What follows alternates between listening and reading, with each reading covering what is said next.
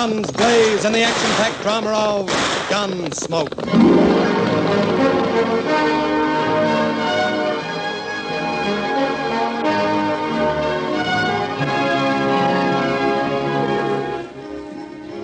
Around Dodge City and in the territory out west, there's just one way to handle the killers and the spoilers, and that's with a state marshal and the smell of gun smoke.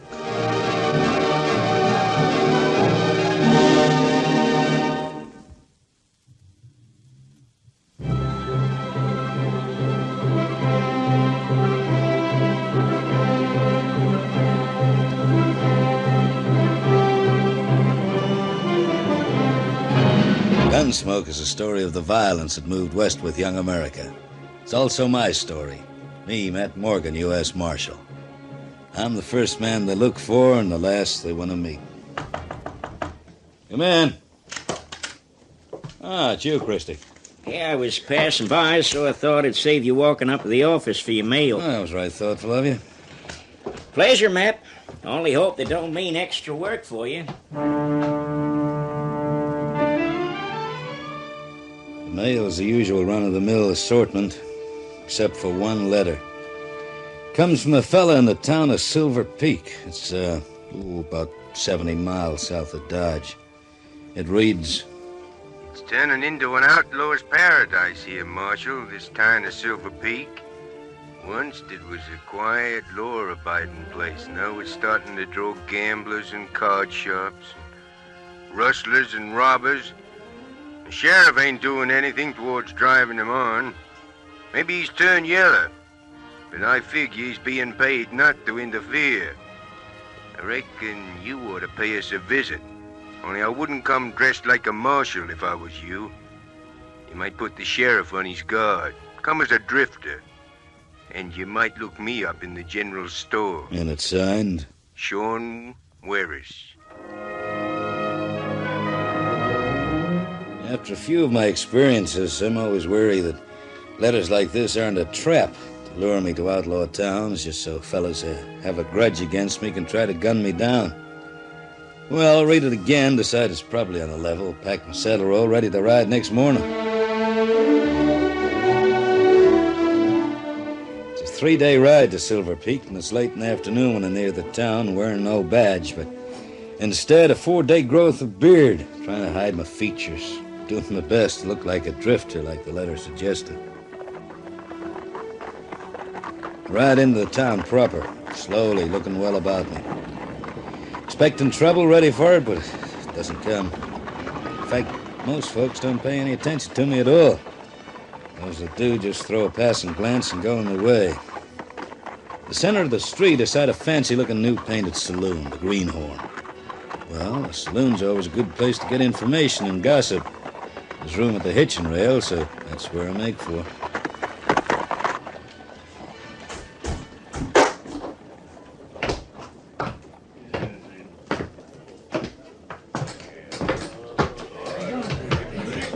What can I get you, man? You got a sarsaparilla? Are you joking, mister? Too thirsty to be joking. And what'll you have to quench it? Didn't I just ask for a sarsaparilla? You really want that stuff? Holy Toledo. I better save it up before you change your mind. Yeah.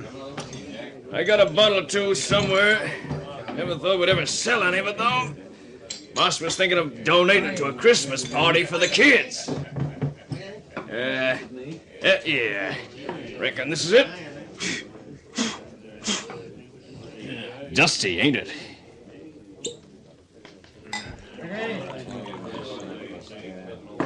Thanks. Say, does that stuff put hair on your chest like you got on your face? Why don't you try some and find out, Joker?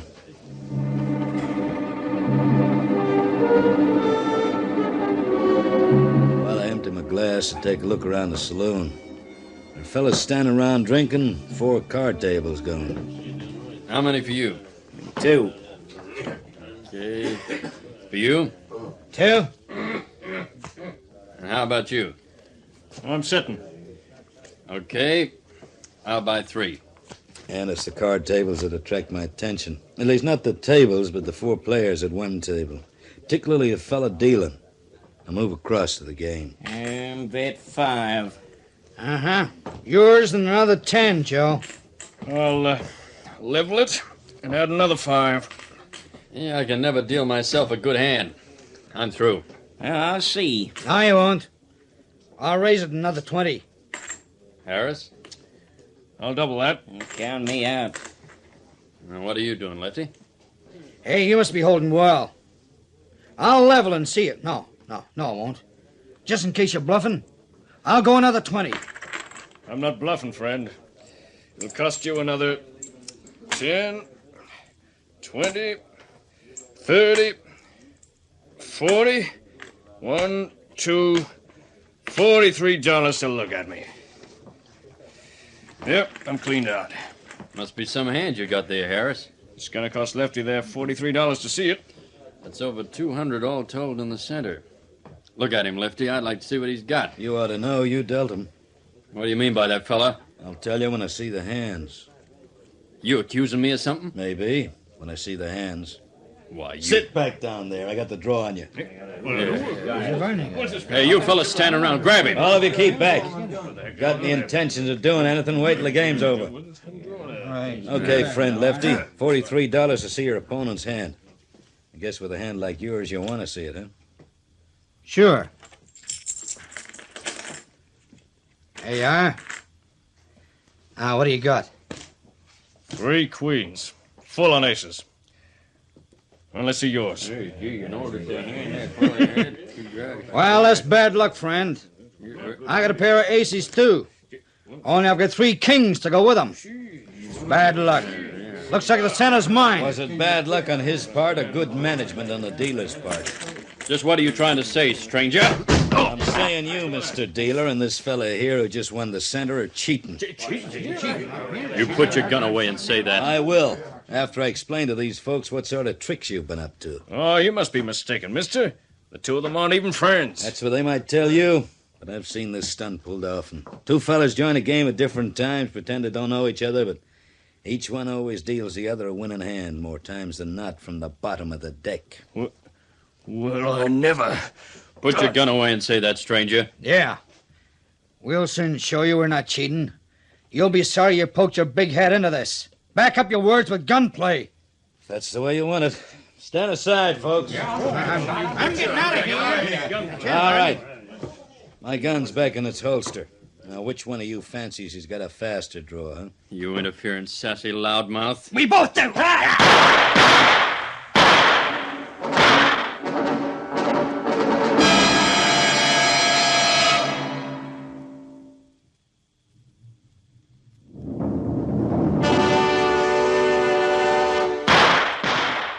My hand! You bust my hand! It'll be all right. Thank the Lord above you're still alive. All right, quiet. Now, you 2 fellas who are playing with him. Yeah? Share the kitty between you, and I recommend you keep your eyes open for tricks like these fellas play in future, huh? Thanks, stranger. You'll be sorry for this, stranger. Hey, what's going on here? What was the shooting about? Ah, the sheriff. Where's the body? There's no body. Holster your gun, friend. Come on, jump to it. That's the way. Now, what's going on?